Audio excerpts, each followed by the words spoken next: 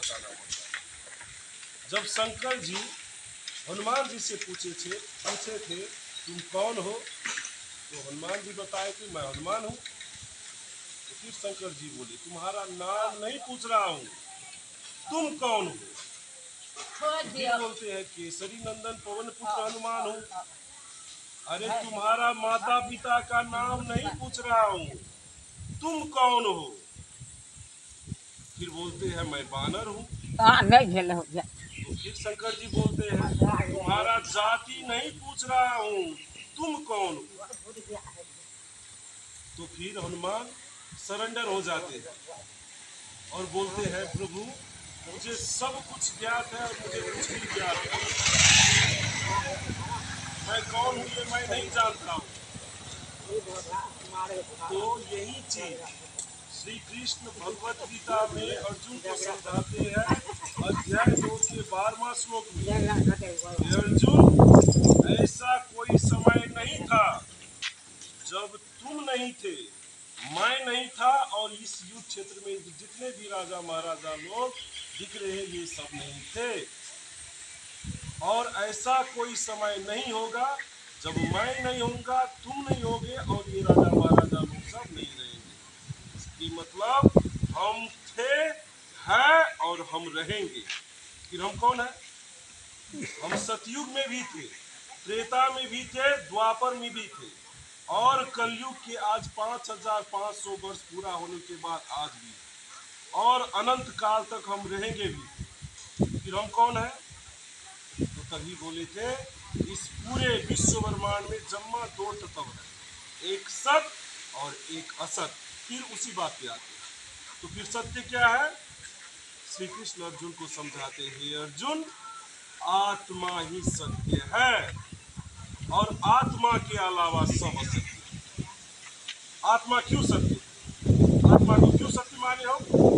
इसको हम क्यों सत्य नहीं माने? ये अभी कीड़ा जो देख रहा है इसको क्यों नहीं सत्य? ये ठठरी है इसको क्यों सत्य नहीं माने? साहब बताते हैं जो बदले सो माया संग। जिस चीज का भी परिवर्तन हो रहा है वो क्या है? माया। ये बदल रहा है। जब नया खरीदे थे तो एक रंग का मिला हो, 50 वर्ष बाद ये नहीं रहेगी। ये ठठरी भी आज 35 वर्ष हो गया, 60 70 80 90 के बाद ये भी नहीं रहेगा। ये दिखने सैकड़ों वर्ष हो गया, लेकिन 500 वर्ष बाद ये भी नहीं रहेगा। रोज बदल रहा है। इस चराचर जीव जगत में जितने भी वस्तुएं हैं सब बदल रहा है, और एक चीज नहीं बदल रहा है, वो क्या है? वो आत्मा। यही ज्ञान श्री कृष्ण अर्जुन को समझाते हैं। जब हम आत्मा है और आत्मा को सत्य क्यों माने? तो भगवत गीता अध्याय 2 23वां श्लोक क्या बताते हैं श्री कृष्ण अर्जुन को? नैनम छिन्दन्ति शस्त्राणि नैनम दहति पावकः न चैनम क्लेन द्यन्त्यापो न शोष्यति मारुतम्। हे अर्जुन, इस आत्मा को ना तो शस्त्र काट सकता है, ना जल गीला कर सकता है, ना वायु सुखा सकता है, और ना अग्नि इसको जला सकता है। इसीलिए आत्मा सत्य है। तो फिर आप लोग से एक प्रश्न करना चाहेंगे।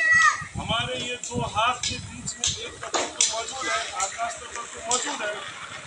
तो ये दोनों हाथ के बीच में जो आकाश तत्व है इसको आप काट करके दिखाइए, जल से गीला करके दिखाइए, वायु से सुखा करके दिखाइए, और अग्नि से जला करके। इसको जला सकते हैं? ये दोनों हाथ के बीच में जो तत्व है कुछ नहीं कर सकते हैं इसको। तो आकाश तत्व सत्य है कि नहीं है? नहीं है सत्य। क्यों नहीं है सत्य? सत्य एक है, वो क्या है? आत्मा। आकाश तत्व क्यों सत्य नहीं है? क्योंकि ये शरीर जो बना है 5 तत्व से बना है, धरती, जल, वायु, अग्नि और आकाश। ये ठठरी का नाश होता है, इसीलिए आकाश भी सत्य नहीं है। आत्मा क्यों सत्य है? क्योंकि आत्मा अजन्मा है, जन्म मरण में नहीं आता। आत्मा क्यों सत्य है? क्योंकि आत्मा नित्य है, शाश्वत है, अपरिवर्तनशील। आत्मा का कभी परिवर्तन नहीं होता है। ये ठठरी रोज बदल रहा है। 5 वर्ष में एक था, 35 वर्ष में ऐसा हुआ और 60-70 वर्ष में आपके जैसा हो जाए। रोज बदल रहा है और जो बदल रहा है वो सत्य नहीं है। तो एक चीज समझना है, आत्मा ही सत्य है। जब आत्मा सत्य है और वो आत्मा मैं स्वयं हूं, तो फिर हमको भक्ति किसकी करनी है? जब आत्मा हम स्वयं है, फिर भक्ति किसके करें? आत्मा अजन्मा है, मन में जन्म मरण में नहीं आ रहा है, तो हम फिर भक्ति किसकी करें जब हम स्वयं अजन्म अविनाशी? तो स्वयं को ज्ञान कराने के लिए, स्वयं को अनुभव करने के लिए भगवत गीता अध्याय 4 का 34वां श्लोक कहते हैं, हे अर्जुन, ऐसे तत्वदर्शी संत के शरण में जाओ जो स्वयं का अनुभव किया हुआ है, जो अपने आत्म स्वरूप का ज्ञान और उसका अनुभव है और तुम्हारा स्वरूप का तुम्हें लखाव कर सकता है। तो उस तत्वदर्शी संत के शरण में जाना है। तत्वदर्शी संत का क्या मतलब होता है? जैसे कि अभी लाइव एग्जाम्पल, भाई साहब ने